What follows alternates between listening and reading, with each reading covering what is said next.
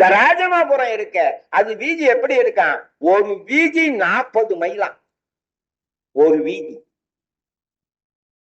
இப்ப மெட்ராஸ்ல mount road தான் பெருசா இருக்கு. அது எத்தனையோ மைல், ஏறத்தாழ 15 மைலுக்கு மேல போகும்.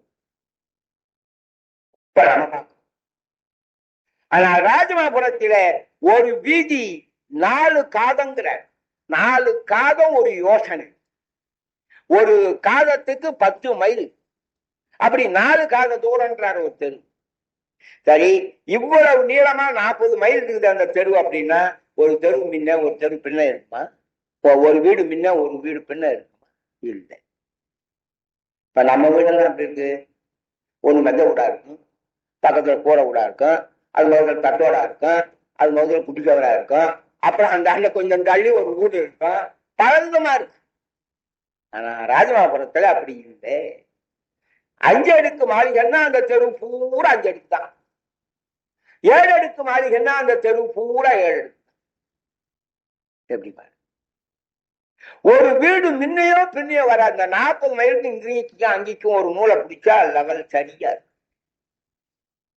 இட்ட நூல் வடாமையோடி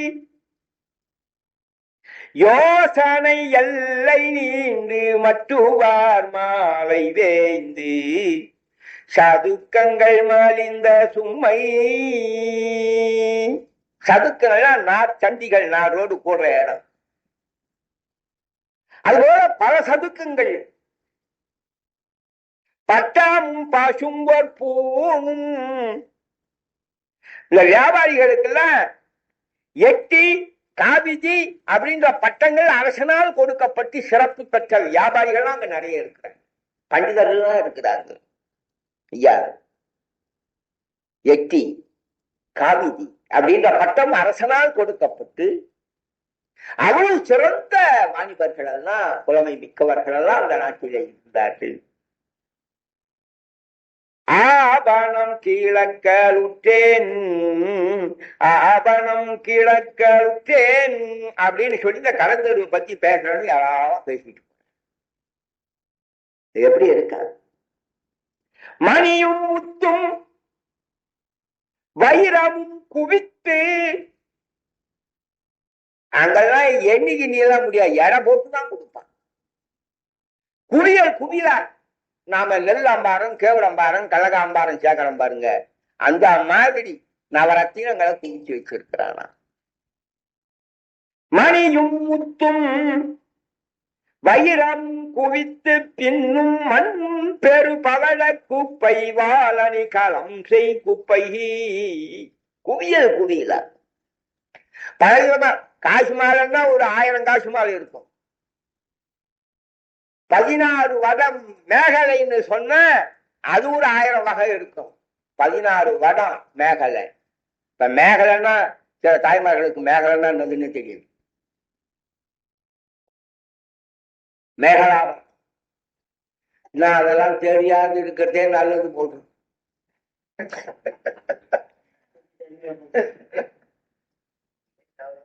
வாழனி களம் செய் குப்பை நண்பகல் இரவு செய்யும் நன்கலம் கூட்டின. பகலையே இரவாக்கிடுமா நீலமணிகள் குவிச்சு வச்சிருக்கு. எதை பார்த்தா ஒரே நீலக்கல். அப்போ வெளிச்சம் குறைத்தான் தெரியும். அப்படி குவித்து வச்சிருந்த யாருன்னா அதை விழுக்காலம் சொரிய சிந்தி வீழ்ந்தவை எடுத்து கொள்ளா ஒடுக்கினர். அவன் குப்பை குப்பையா குவியல் குவியலா கொட்டி வச்சுக்கிறானே, போற 2 எடுத்து அப்படி வச்சுக்கிறான் இல்லையா? கிளறி கிடக்கும் கடையில ஒருத்தன் தொடுவான். இன்னொரு சொல்ற, தாய்மார்கள் தண்ணீர் திரட்டி வருவதற்கு குளத்துக்கு போவாங்க. கால இருக்கிற சிலம்பு கழுந்து விழுந்துடும் தண்ணியை தூக்கிட்டு வர்றப்போ. அதுல குனிந்து எடுக்க முடியாது. சரி, அடுத்த ட்ரிப்பு வர்ற போது ட்ரிப்புங்கிறேன்னு நினைச்சு விடாதீங்க, இது வந்து அடுத்த முறை வருகிற போது அது எடுத்து கால போட்டு போலாம், நம்ம போயிடுவாங்க. இதற்கு இடையே எவ்வளவோ பேர் அந்த வழியா போவாங்க வருவாங்க. அவங்க என்ன நினைப்பார்கள், அதுக்கு உரியவள் வந்து எடுத்துக்கொள்வா அப்படின்னு போயிட்டே இருப்பான். ஆனா அடுத்த முறை தண்ணியை கொட்டிட்டு வேலையை பார்த்துட்டு வர்ற போது அது அங்கேயே கடக்க எடுத்து காலம். அப்படிப்பட்ட ஒழுக்கம் உடையவர்கள் ஏமாங்கல நாட்டின் தலைநகராகிய ராஜமாபுரத்திலேயும் ஏமாங்கலத்திலேயும் இருந்தார்கள். என்ன பண்பாடு, என்ன ஒழுக்கம்! தகப்பம் பொட்டிக்கே பிள்ளை கள்ளச்சாவி தயார் பண்ற காலமா இருக்கு. எங்கடா பொட்டியில வச்சத காலம், என் பூணுள்ளதானடா இருக்கு சாவி. யாருக்கு பார்த்து தெரியும்? நீதான் ஞாபகம் மருந்தியா எடுத்து யாருன்னா கொடுத்துருப்ப. புள்ள விளக்கம் சொல்ற, கள்ளச்சாவி போட்ட பிள்ளை. ஆனா ஏமாங்கலத்து ராஜமாபுரத்துல இதெல்லாம் எழுதி வச்சிருக்க தேவரத்தால இல்லையா? ஒரு நாடுன்னா ஊருன்னா வீடுன்னா இப்படித்தான் இருக்கணும்.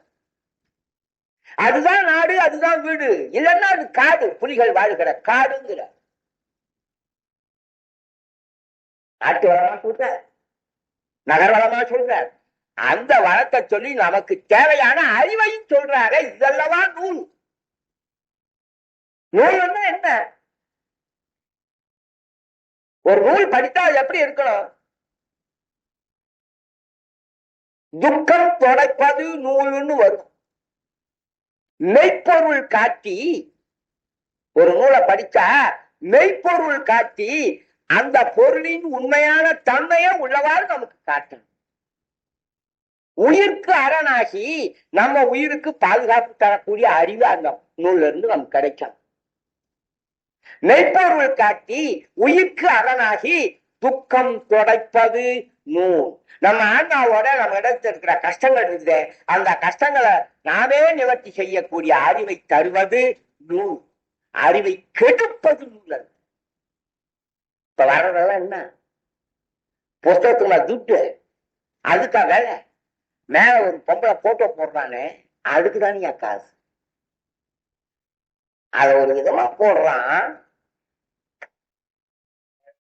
ரோட்ல பாருங்க, கேவலம் என் செட்டாரெல்லாம் கூட போய் வாங்குறான்ற.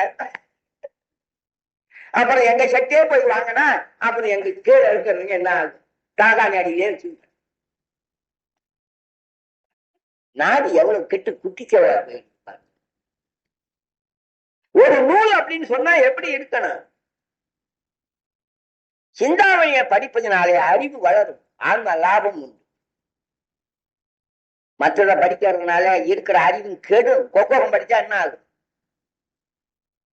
இருக்கிற ஒழுக்கமும் போயிடும். அதனால இப்ப உலகம் எப்படி இருக்கு அப்படின்னா, நல்லவங்க பின்னால யாரும் போக மாட்டேங்கிறான். அது இல்லாதவங்க பின்னால்தான் 1000 பேர் போறான். அது என்ன, இந்த அஞ்சாங்காலத்தினுடைய கூறுன்னு சொல்றாங்க. போயிட்டு போறான். பருக்குலை கமுகும் தெங்கும் வாழையும். ஒரு வீட்டுல விசேஷம்னா வாழை மரம் தேட மாட்டான், கமுகு மரம் தேட மாட்டான், பழ மரத்தை போய் தேட மாட்டான். என்ன பண்ணுவான்? பொன்னாலேயே வாழை மரம் செஞ்சு வச்சுங்கிறான் வீட்டுல. அதை உணர்ந்த இப்ப முடியுமா? அவ்வளவு செல்வ வளம் உள்ள மாளிகைகள் நிறைந்த நகரம் ராஜமாபுரம் என்று சொல்றேன். மக்களே இவ்வளவு செல்வ வளத்தோடு இருந்தாங்களே, இந்த செல்வத்தோடு மட்டும் அல்ல, அருட்செல்வத்திலேயும் அவர்கள் தலை சிறந்திருந்தார்கள். சொல்ற திங்கள் முக்குடையான் திருமாநகர் கோயில்னு சொல்லல, திருமாநகர். ஒரு ஊர் மாதிரியே இருக்குமா அந்த கோயில். அது மாதிரி பார்க்கலாம், மதுரை கோயில தான் போய் பார்க்கணும். ஒரு ஊர் மாதிரியே இருக்கும் கோயில் உள்ள. திங்கள் முக்குடையான் திருமாநகர் எங்கும் எங்கும் இடம் தோறும் உண்மையார். எந்த பக்கம் திரும்பினாலும் தந்தாதித்யம் நிச்சயினோடும் சகலபாசனம் என்று சொல்லக்கூடிய 3 குடைகளை தவிர்க்கப்பட்ட தீர்த்தங்கரருடைய திருக்கோயில்கள் தான் எந்த பக்கத்தில் திரும்பினாலும் இருக்காங்க. ஒவ்வொரு தெருவிலையும் பல கோயில். ஊருக்கு ஒரு கோயில்.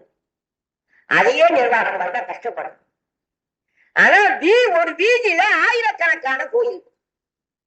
இப்போ ஒரு வீதியில ஒரு 50 கோயில் பார்க்கணும்னா மூடுபத்திரிக்கு போனா பார்க்கலாம். இன்னைக்கும் அதெல்லாம் சாதாரணமான கோயிலா, ஒவ்வொன்றும் பிரம்மாண்டமான கோயில். 2500 வருஷத்துக்கு முன்னாலே ராஜமாபுரம் எப்படி இருந்ததுன்னா, திங்கள் 3 அடுக்கிய திகழ் முக்கூடைக்கு அப்படின்னு இளமவடிகள் சிலப்பதிகாரத்தை சொல்றாரு. அத போல திங்கள் முக்குடையான் திரு மாநகர் எங்கும் எங்கும் இடம் தோறும் உண்மையால் அங்கன் மாநகர் காக்கம் அறாததோர் சங்க நீதியால் தழைக்கின்றதே. இத்தனை கோயில்கள் இருக்க, இதெல்லாம் யார் பராமரிக்கிறாங்கன்னு சொன்னா சங்கநிதி என்று அரசன் நிர்மாணம் பண்ணி வச்சிருக்கிறான். அவனுடைய பார்வையிலேயே இத்தனை கோயில்களும் நிர்வாகம் ஒழுங்காக அழகாக நடக்கிறது.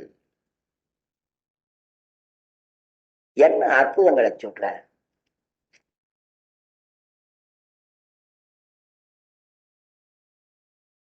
இந்த ராஜமாபுரத்துல ஒரு தெருவே 40 மைல் தான். அந்த நகரம் எவ்வளவு பெருசா இருந்திருக்கணும் நீங்களே பார்த்துக் கொள்ள வேண்டியதுதான். இதற்கு மத்தியில அந்த நாட்டை ஆளுகின்ற அரசனுடைய அரண்மனை இருக்கிறது. அந்த அரண்மனை மதில் சுவர் இருக்க, அது அப்படியே பார்த்துக்கிட்டு போனா அப்படி ஆகாய்த்து போய் தலை அப்படி போய் நிற்கும். அப்படின்னு என்ன, ஆகாயத்தை வானத்தை பிறந்து கொண்டு மேல போயிட்டே இருக்குதான் மதில்.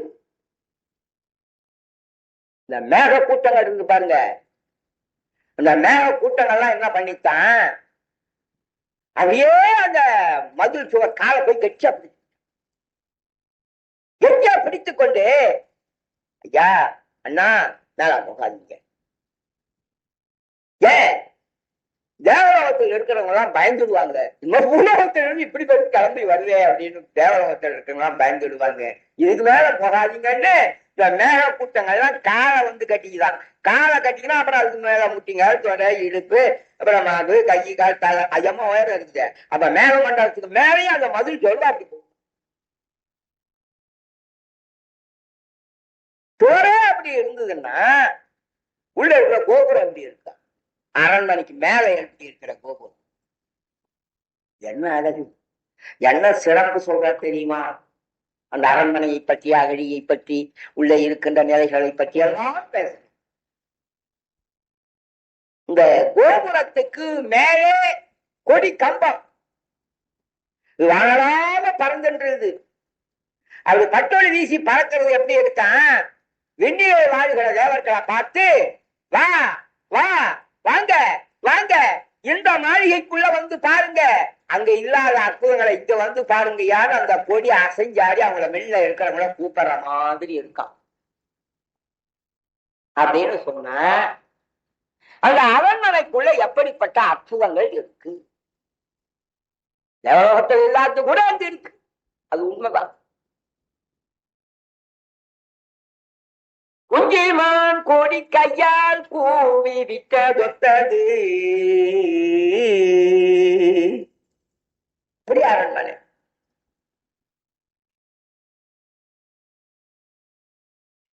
அந்த நாட்டை ஆளுகின்ற அரசன் இருக்கிறானே சச்சந்தன் குருகுலத் தோன்றல், அவனை பற்றி சொல்ற. தருமன் தன் அழியார் தனது இகையால் வருணன் கூற்றுயின் மாற்றலின் வாமன் அருமையால் அழகிற்கனை ஐந்துடை திருமதன் திருமாநில மன்னன். மாநில மன்னன் சொல்ல, திருமாநில மன்னன். எல்லா விதமான செல்வங்களும் நிறைந்திருக்கிற மண்ணுக்கு தலைவன். பிறர்க்கு அழுவதில் அறக்கடவுள் போன்றவன். இல்லை என்று வருவோர்க்கு கொடுப்பதில் மழை பொழியும் வர்ணன் போன்றவன். பகைவர் உயிரை போரில் வாங்குவதில் யமனை ஒத்தவன். யாரு? தச்சன்.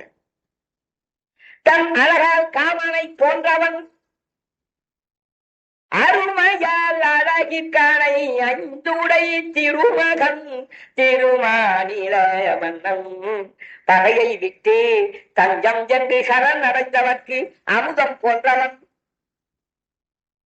இயல் இசை நாடகம் சிற்பம் போன்ற நூல்களில் வல்லவன். சச்சந்தன் இவ்வளவு பெரிய ஆட்கள் உள்ளவன். அவனுக்கு விதேக நாட்டு மன்னன் மாமன் முறையாக வேண்டும். அந்த விதேக நாட்டிலே அறிவுத்தவன் என்று சொல்லக்கூடியவன் நாட்டு வருகிறான். அப்பெருந்தகைக்கு ஒரு மகள். திரு அப்படின்னா லட்சுமின்னு அர்த்தம்.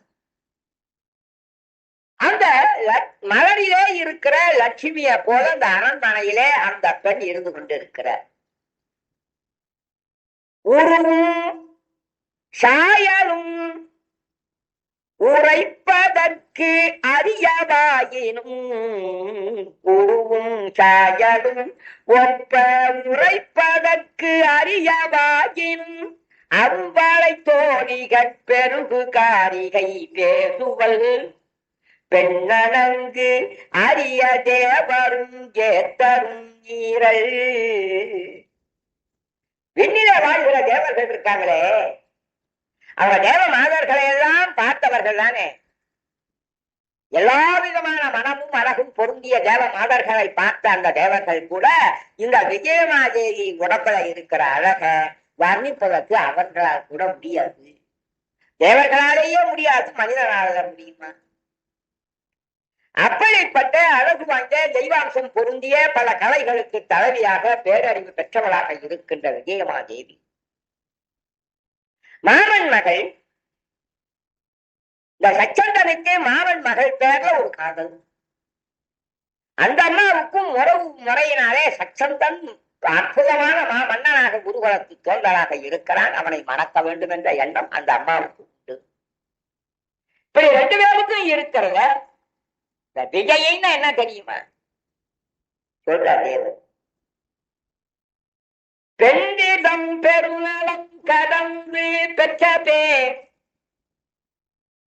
உலகில் உள்ள மகளிரை எல்லாம் அழகிலே அறிவிலே வென்றவை என்பதனாலே விஜயை.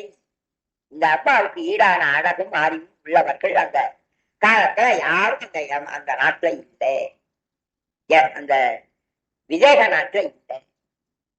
அதனால விஜயை என்று அந்த அம்மையாருக்கு பெயர். முடிச்சுடலாம், கேட்க முடிஞ்சா. திருமகள் இவளன திலகவன் கூடை பெருமகள் கோயிலுள் பேரை வைகுமே. இந்த திருமகள் எங்க வாழனா தெரியுமா? பொற்றாமலை மலர்னு பொதுவா சொல்றோம். ஆனா தேவர் என்ன சொல்றார்? இமவானில் மரகத பாறையில் பதுமை என்னும் கயத்தில் பொற்றாமரையில் திருவெண்ண. அங்கதான் இருக்கிறார் திருமகள். இடத்த குறிப்பிட்ட விஜயத்தரசன் கோயிலிலே பேரை வைகா நிற்கும் இந்த விஜயமாதேவி அந்த இடத்துல இருந்து இந்த மாளிகைக்கு வந்துட்டார். திருமகளே, இவளானில் மரகத பாறையில் பதுமை என்னும் குளத்தில் பொற்றாமரையில் இருக்க வேண்டிய திருமகள் விஜயநாட்டு மன்னன் அரண்மனையிலே அடியெடுத்து வைத்ததை போல அந்த இடத்துக்கு நம்மையார் வந்து விட்டார்கள். அப்படி அந்த மாளிகையிலே அந்த அரண்மனையிலே வளர்த்து கொண்டிருக்கிறார். இவங்க ரெண்டு பேருக்கும் ஒரு நாள் கல்யாணம் நடக்கிறது. குருகுல தோன்றலாக விளங்குகின்ற சச்சந்த பெருமானுக்கு திருமணம்னா எப்படி நடந்திருக்கும்? எத்தனை நாட்டுக்கு அழைத்து போயிருக்கும்? எவ்வளவு சான்றோர் ஆண்டோர் செல்வந்தர்கள் எல்லாம் கூடியிருப்பார்கள். எத்தனை நாட்டு மன்னர்கள் வந்து இருப்பார்கள். இந்த முதல் கல்யாணத்தை இப்படி சுருக்கமா முடிக்கலாமா? என்ன பண்றது நம்ம நிலைமை? மருமகன் திருமணமாகி விடுகிறது. பொற்கொடி அமிர்தனாலும் பொன்னடும் குன்றனாலும் ஆனந்தனுக்கு இலக்கமாகி அம்பு கொண்டடித்ததில்லா இனந்தனக்கெங்கும் இல்லார் இயந்தனர் என்ப முக்கண்ணு சீரத்திகள் விடையினானும் செல்வியும் சேர்ந்தடுத்து திருமணம் ஆன பிறகு சென்ற பெருமானும் விஜயமாதேவியாரும் எப்படி வாழ்கிறார்கள்? பொற்கொடி அமிர்தனாலும் பொன்னடும் குன்றனாலும் பொன்மலை போல இருக்கிறான் சச்சந்தன். பொன்மலை, கல்மலை அல்ல. அந்த பொன்மலை மீது பொற்கொடியாக இருக்கின்ற விஜயமாதேவி படர்கிறாள் அப்படின்னு சொல்ற. பொன்மலையில கற்பக கொடி படர்வது போல படர்கிறதுன்னு சொல்ற.